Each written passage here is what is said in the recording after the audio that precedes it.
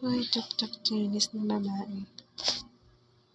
Ano naman kinalaman ko sa pinapatulis niya? Pakailan ko naman kung marinig siya.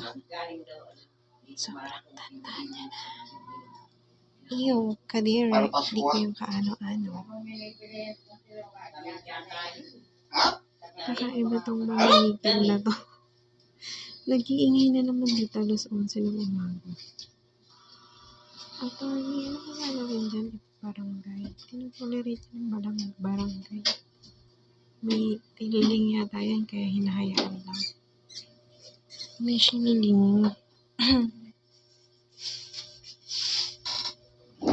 Nalapit pa yung kanina magpapaawa. Wala namang gumagawa ng kalokohan sa kanya.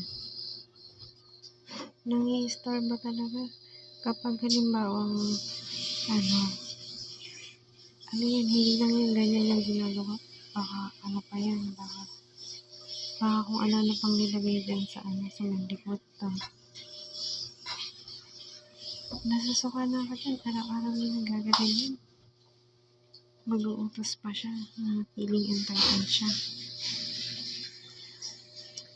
She's feeling entitled and I think she's crazy because she has a family, she has a daughter and a son, and then I don't know what may be her occupation because I can really hear that nagger girl and crazy girl inside the house.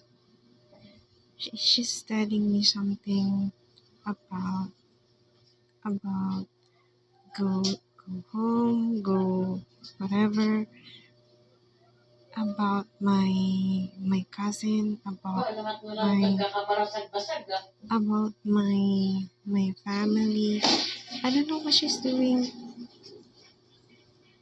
there because it's been 2 years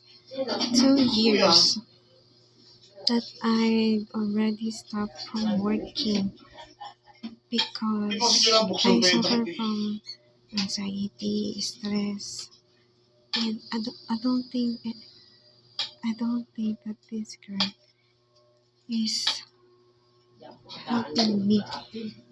She's always there. When I went out, when I go to public places, I could hear this witch girl. I could hear her. I could